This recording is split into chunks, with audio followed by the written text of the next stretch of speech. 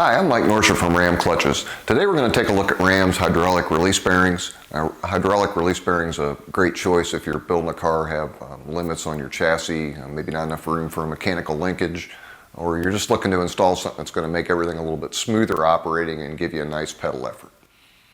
And taking a look at some of the kits that are available, there's a universal kit that works for Muncie, T10, Saginaw, and GM Tremec transmissions. This is going to include all the basic stuff you need to install it and the bleeder setup. And when we move on to the more vehicle specific applications, these are also going to include the feed line and the other fittings and connectors you need to adapt this system right up to the factory master.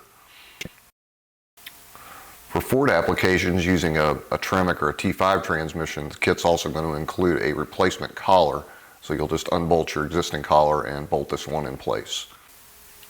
There's two different versions of the Ram hydraulic bearing. One is a standard duty you see on the left, and then the heavy duty, which is on the right hand side. The standard duty uses a much smaller O-ring. It's not designed for real severe duty use, whereas the heavy duty has larger O-rings and also backup rings to help keep that O-ring in the slot.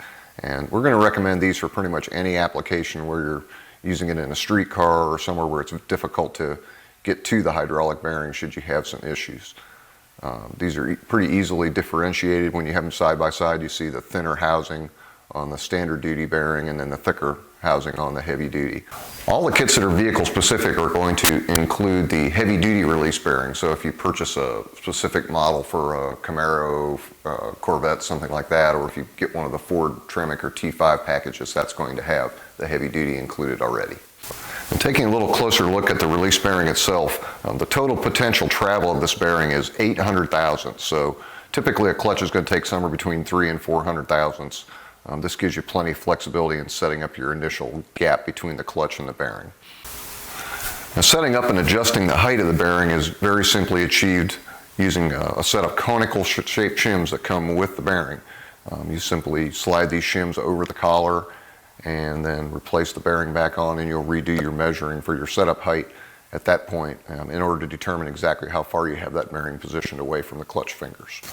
Now, one of the inherent characteristics of hydraulic release bearings is they tend to engage a little bit higher up on the pedal. This is because the bearing's starting at a position right in front of the fingers, and by using the pedal adjuster, you're able to set that pedal position anywhere from midpoint or down lower to the floor in order to get that pedal exactly where you like the feel and the drivability.